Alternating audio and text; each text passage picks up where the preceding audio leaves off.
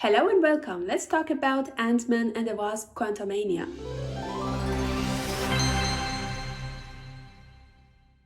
Okay, let's start with the positive parts. You know that Marvel humor is totally my humor. I thought it is totally like at the same wavelength with me in the humor. So I always enjoy watching Marvel movies and it's funny.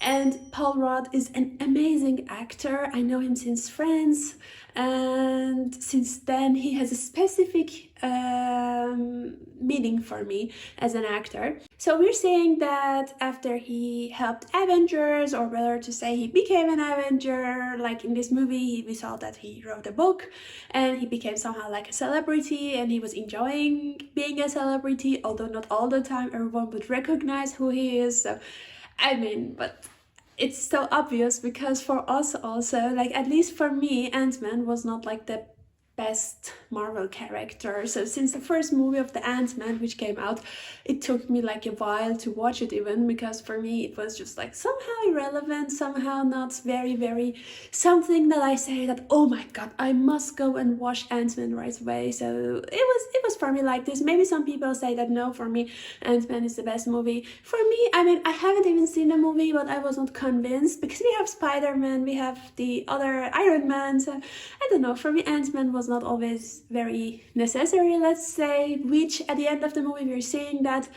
this Ant-Man movie was necessary. In the movie also they're joking with it that, for example, some people are saying, oh, he's an Avenger, he's a Spider-Man, or like these things. So these parts were quite interesting, amusing, and somehow relatable, because it is something that you're also thinking in your head. And of course the jokes of Paul Rudd was like hilarious, like especially the part that he was like, the Kang was asking, are you the one with hammer? And he was just like, oh no, that's Thor, but we have the same body type. So these jokes are quite funny. So we start the movie with seeing like the relationship between father and daughter, like the Scott and his daughter. They had always a good relationship since the first movie and since she was just very little until now. So the relationship still stays the same.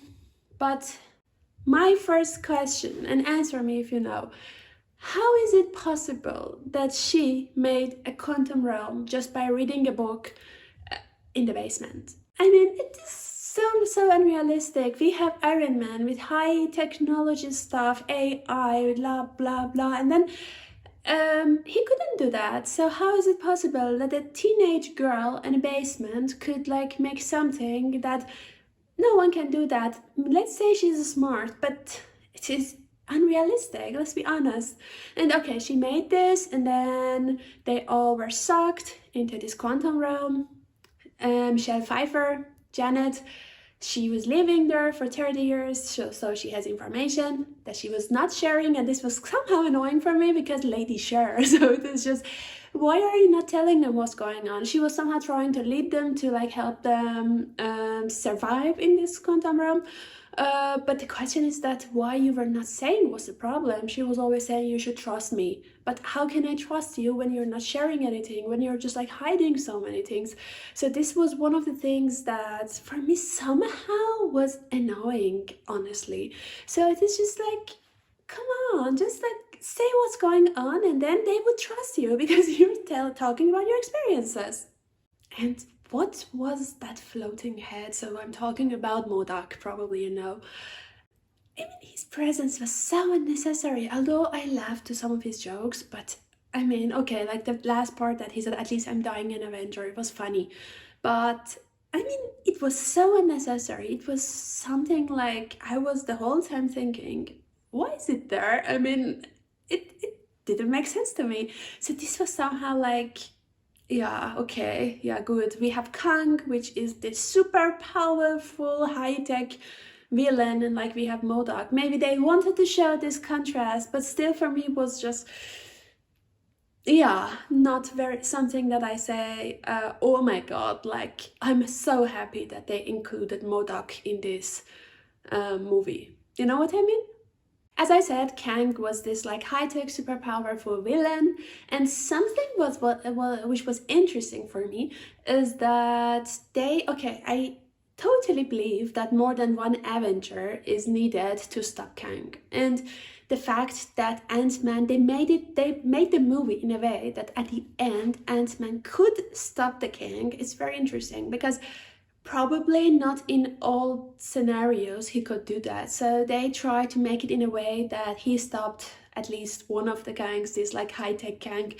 The acting, like Kang, was amazing. I would say that he brought the level of this Ant-Man one level higher because he had such a character that it would make you to be more involved in the movie. Although I said I love Paul Rudd, but I would say the pressure, like the burden of this movie were more on the Kang than Paul. At the end of the movie, we're saying there are so many other Kangs also that are hanging out together, and they're happy that this specific Kang is dead, and we know that Avengers and the Kang Dynasty is coming, so definitely there is this relation that probably now they are attacking, and because Kang even warned Scott about it, and then probably Avengers will go against it. I'm super excited for these Avenger movies. There are two, I guess, that are coming. We should wait for it, but still they're coming. I'm super excited about it, and still, you know that I'm an Iron Man fan, and still I believe that maybe Iron Man is coming, maybe from as an AI version, or like maybe from another multiverse, but he's coming and he would be the secret weapon. So I'm really hoping about it. Maybe it doesn't happen, but I would not give up hope, you know? And at the very end of the movie, these like thoughts that was in the head of Scott, he was saying like, oh, Kang said something about, I don't remember exactly what was the sentence, but something about like the bigger danger is coming about the other Kangs, he said something. And then he was thinking like, oh, did I like start something big? And then he was just like, oh, no. And then it was quite like, this conversation was so funny because I think all of us have such a conversations in our head sometimes that we're doubting and we're saying, no, it's fine. And then, so it was also very relatable. So in general, you know, okay, it was not one of the best Marvel movies, but I believe it was necessary, especially somehow. It was one of the movies which was preparing for like the Avengers movie, so it was necessary in that sense. But otherwise, I mean, I enjoyed it, but it is not like I said that, oh my god, I must go and watch it again in the cinema. Maybe if I'm hanging out on a sofa and have a pizza and then I'm thinking what to watch, and like I said, okay, let's watch it, but it is not like I say, oh my god, I must definitely watch. So this is the way that it is, but I believe that it was necessary, this movie, especially because of the coming like the movie, the Avengers movie which is coming. Okay, that's it. Thank you for watching. Tell me what you think about the movie. Is it something that you would really definitely want to go back to the cinema and watch, or you were just like also like me, man, it's okay, but it's not just like the best that could happen? And write in the comments what you think about it. Don't forget to subscribe, activate the bell, hit the like button, and I will see you in the next video. Bye!